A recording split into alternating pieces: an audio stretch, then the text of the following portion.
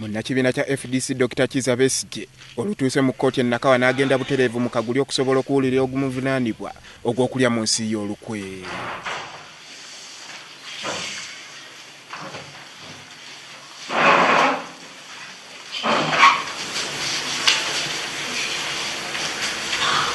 Mu maaso g'omulamuzi Mawanda, omuwaabi wa gavumenti anguza ategeezezza kkooti nti bakyanoonyereza bujjulizi obuluma Dr.Kizza Besigye ku musango guno.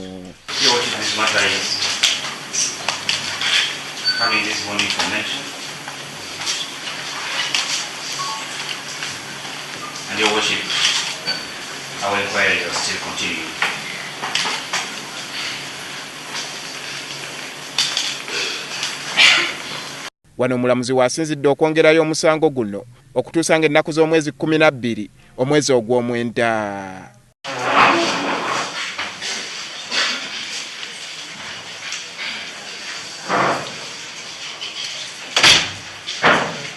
Dr.Kizza Besigye kino kimutabudde era bw'atyo n'asaba kkooti eno omusango guno egugobe kubanga kirabika Ssaabawaabi wa gavumenti obujjulizi bumubuze.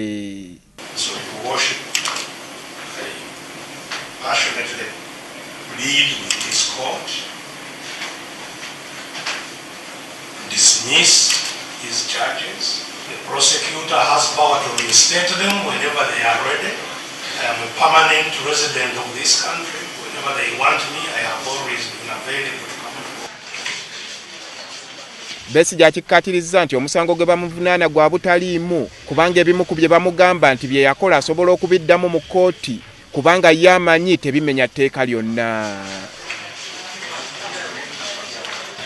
Bagambye nti mbikkiriza nabyogera oba kye banoonyereza nkibawadde nagamba nti akalulu nakawangula kye banoonyerezaako nagamba nti wabeerewo international audit kye banoonyerezaako nagamba nti oba nawangula ngenda kukola cabinet kibanoonyerezaako.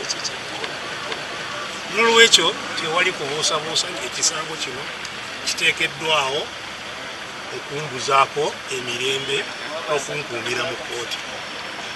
Kati Besigye agamba nti kino kigendereddwamu kumumalira biseera nga kati ayagala wabeewo ennongesereza mu mateeka ng'omuntu olukwatibwa atwalibwa butereevu mu kkooti erina okumuwozesa so si kumwetoolooza mu makooti amalala. Kitalo nnyo nti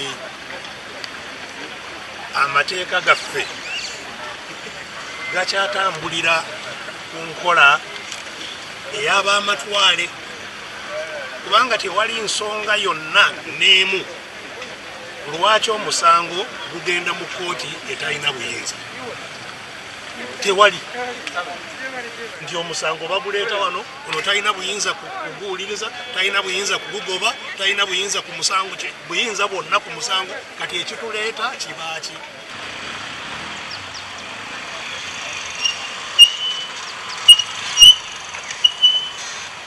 Mu kiseera kino Dr.Kizza Besigye ng'ono yavuganya ku bwa pulezidenti avunaanibwa gwa kulya munsi ye olukwe ku bigambibwa nti yeerayizanga pulezidenti w'eggwanga lino.